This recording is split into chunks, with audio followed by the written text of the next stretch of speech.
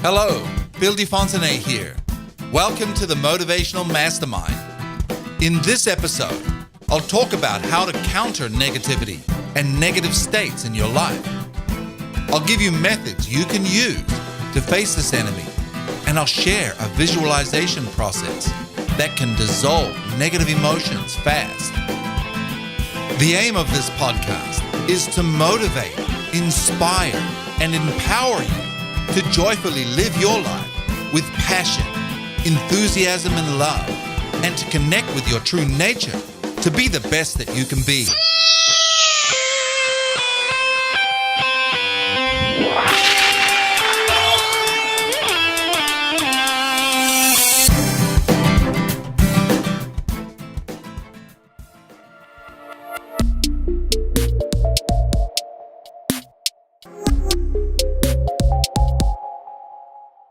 You already possess the greatest weapon to defeat negativity, your mind. Motivational Mastermind. How to counter negativity and negative states. Negativity is the great soul destroyer. It's crushed the dreams of countless great people and broken the hearts and minds of many, many more. Negativity has more destructive power than any weapon, yet has no physical form. It originates from deep within or rides like a parasite on the words and ideas of others. Negativity appears out of nowhere and refuses to leave until the damage is done. How can we stand up to such a powerful enemy? Aren't we just pawns in a game that's playing us? The truth is, you have at your disposal the universe's most formidable weapon ever created. In fact, it's the only thing with enough raw power to defeat negativity: your mind. Staying positive in a negative world. Negativity creates more negativity. It's infectious. It's hard to stay positive when we're surrounded by so much of it. Even the most positive of us can succumb to it in the end. So how do we guard ourselves against negativity? Well, the first thing you can do is stop reacting to anything negative that comes into your space. That could be from negative news, situations, ideas from others, or from yourself. Don't react at first, but decide to put some space between yourself and the negativity, a buffer. You see, we react immediately to anything negative without taking the time to fully inspect it first. This is a bad mistake because we end up triggering all kinds of responses in the mind and body when we do that. Our emotions become negative and our body follows. This shuts down our creative faculties by triggering the fight-flight response. That's the last thing we want when dealing with some negative influence. Let me ask you, does getting all emotional and reacting in a negative way help you with the situation you're facing? Take a good look at times it's happened to you. Not at all, right? So you need to decide to create this safety buffer, a separation between you and any negative influence. You can set this up with a firm decision that you'll take the time to reflect as soon as you're affected by anything negative. Just believe you can pull yourself back from the brink of negativity anytime you want. Be in control. Be the person who can look at anything objectively without getting drawn into it. Visualize yourself doing this. How would it feel? Pretty awesome, right? When you can look at anything, and I mean anything with impartiality, you'll be a model of calmness and much more effective in your life. One way to practice this is to read through a newspaper. When you come to a story that makes you start to go negative and react, practice what we went over earlier. You'll be amazed at just how good you can get with this.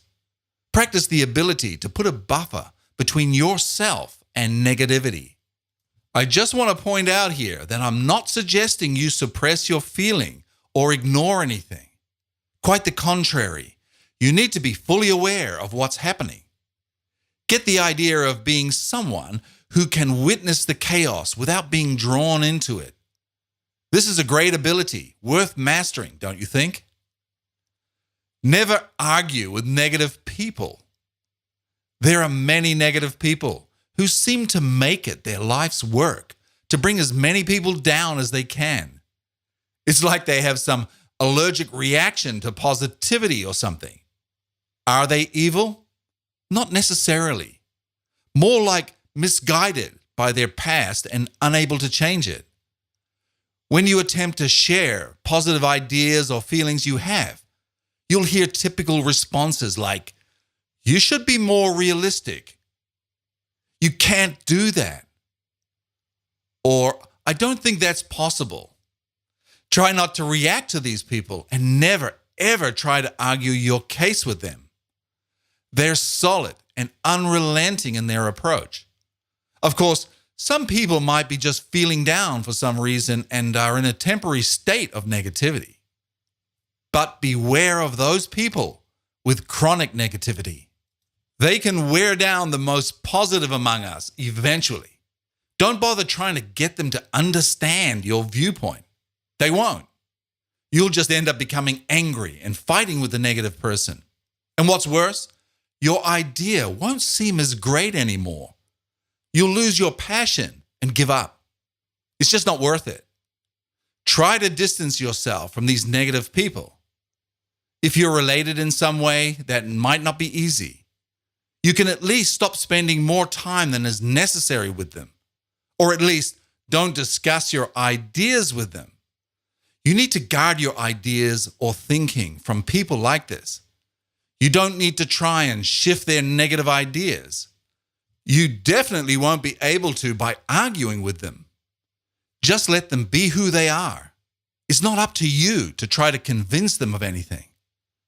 To create peace, if you do get into an argument with a negativite, is that a word? Negativite? It'll do. Just use safe phrases like, "Yes, you're absolutely right about that." Of course, you don't have to believe that. You're just letting them be negative. "Thanks so much for sharing your ideas. I really appreciate it." Or, "I'm glad you shared your insights with me. I totally got what you said." This will short circuit their negative attacks. Stop reacting to unchangeable situations or events. So much news is available to us these days. We can find out what's happening in virtually every corner of the globe. This can be good in some ways, but terrible in others. News channels prefer to report on negativity rather than anything positive because it sells better. This is terrible.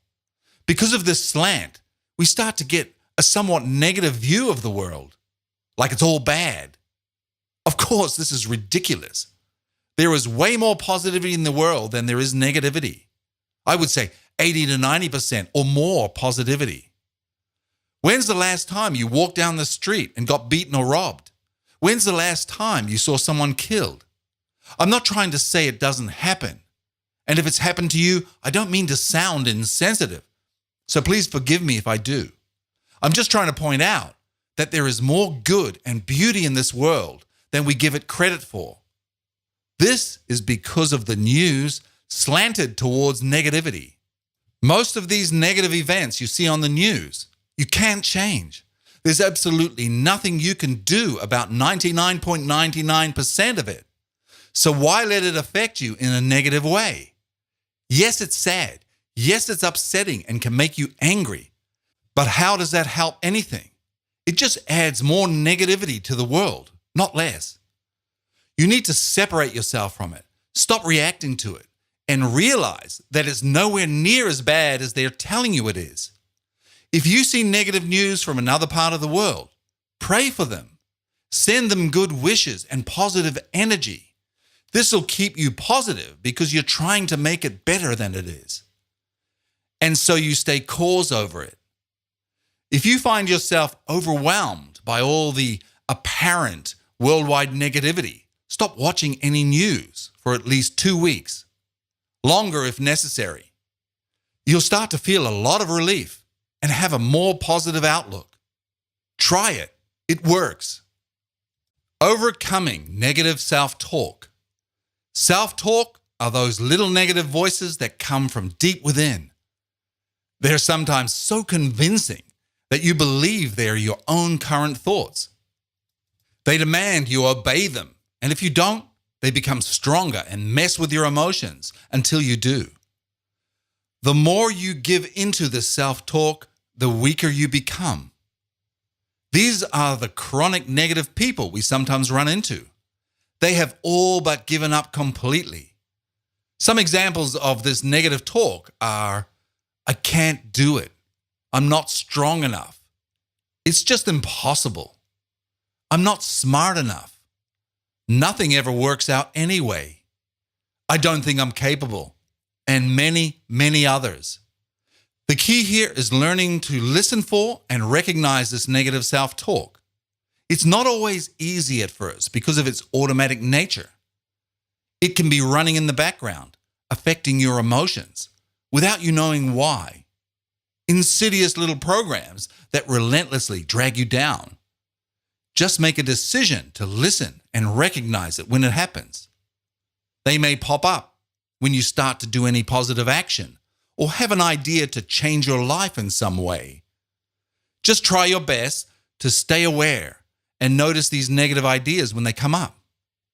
When you get something, just inspect it, look it over, and see it for what it really is, a misconception. Then just let it go and put an opposite, positive idea there instead. Don't give the negative thought any power to affect you. Definitely don't agree with it. For example, if you get the negative idea, things never work out for me, coming up, you can change it to something like, everything always works out for me when I put it into action. Or I can create any outcome I put my mind to. You get the idea? It's just easy to do. And if you stay on top of it, you'll change the way you operate. You can do it. Learn to shift your focus. This is relatively easy to do, especially if you're using some of my other tips I gave you. Every time you notice your attention fixed on something negative, you shift your focus to something positive. If you can't think of something positive, just make something up and visualize it in your mind. When you put your mind onto pleasant things, you'll feel a resurgence of energy and you'll feel more like your true self. The more you practice this, the faster and better you'll get. Imagine being able to pull your focus off any negative situation immediately. You'll become more and more in control of your own mind. Yes, it'll take time, but the rewards are priceless. Reverse the feeling, the process. This is a process I created to shift the mind off any negativity and to restore it to a positive state fast. It's worked well for myself and many of my clients. I hope it works well for you too. Learn it well and use it often. If you want to download the audio for this process, see the show notes for this episode. I don't believe in the idea of being stuck in a feeling or negative emotion. Nobody ever complains about being stuck in a positive emotion, do they? Like it's so annoying. I just can't seem to shake this cheerful feeling. It's driving me crazy. Never, right? What I think is that people get caught up in the belief they can't get out of the negativity. They don't expect they can improve the situation. And most of the time, they won't even try. I'm not saying they want to stay in that low state, although it seems like that sometimes, right? It's just that their expectations are negative too. This stops them solving it faster than they could. For every negative feeling, there's an opposite, positive feeling. Don't care about what it's called. Just feel and you'll find it. To change a negative feeling, it also helps to look at it in other ways, rather than just its name or emotion. Let me give you some examples. I'm going to give you a simple visualization process you can try later. Let's look at anger. We can visualize this using a dark color, dark red, for instance. Then as we move to the higher, opposite emotion like joy or peace, we can see it as gradually changing from dark red to bright, glowing white. We can also visualize anger as feeling heavy and having a lot of mass. Then as we move to the higher emotion, we can feel it getting lighter as the mass dissolves, until at joy or peace, it's as light as a feather, a floating feeling. Do you get the idea here? By utilizing our creative imagination, we can reverse any feeling. We can transform it into an opposite, higher one. Now let me give you a method to try and practice with. I just want to point out that you don't need to name the feeling. After all, it's the feeling that's the important thing here, not what it's called.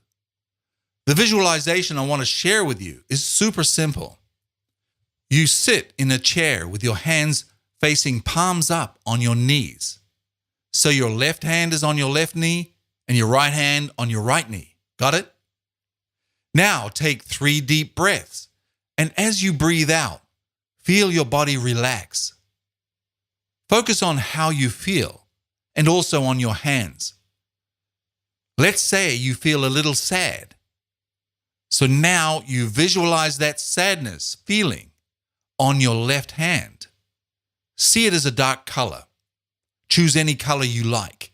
It could be dark blue.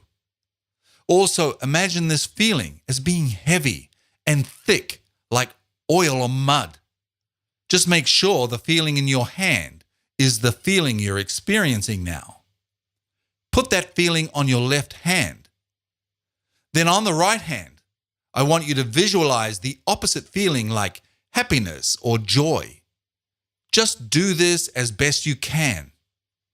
If you can't actually see it, just imagine it, and it'll work just as well. Now, with this higher feeling on your right hand, visualize it as being glowing, bright, light color. It's also light, as if your right hand is starting to float. Now continue visualizing the heavy, dark feeling on your left hand with the dark color you chose to represent it. At the same time, visualize the bright, glowing, wonderful feeling on your right hand. I want you to slowly start lifting your left hand. Feel the heaviness as you lift it up. Now continue to move it up and towards your right hand that's still on your right knee. Move it in a semicircle movement in front of you, not straight across. Now, as you move it slowly, you feel it starting to get lighter and lighter. The dark negative feeling starts to dissolve as it gets closer to the right hand. The closer it gets to the higher feeling, it becomes brighter and lighter. As you feel the sadness dissolving, you continue in a circle towards the opposite hand. Do this until your left hand is facing above your right hand, about 2 inches away. You feel the brightness and higher feeling of happiness or joy, dissolving all the heavy, sad feeling. The negative emotion just explodes and disappears. You feel this happiness start to spread slowly throughout your whole being. You begin to smile as your vibration continues to speed up to a higher level. Take a deep breath and say to yourself, I am 100% responsible for how I feel. After this, you should be feeling much better. If you still feel sad, then repeat this as many times as you need until it's fully gone.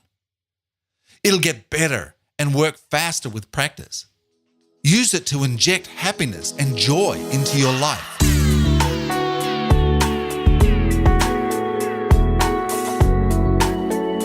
Okay, that's the end of the show today. I hope you're feeling on track and motivated. If you liked what we went over in today's episode, please share it with others. They'll appreciate it. To find links or recommendations mentioned in this podcast, please visit the site at motivationalmasterminds.com. I hope you'll come and join me here every week. This is Phil DeFontenay. See you later. Stay motivated.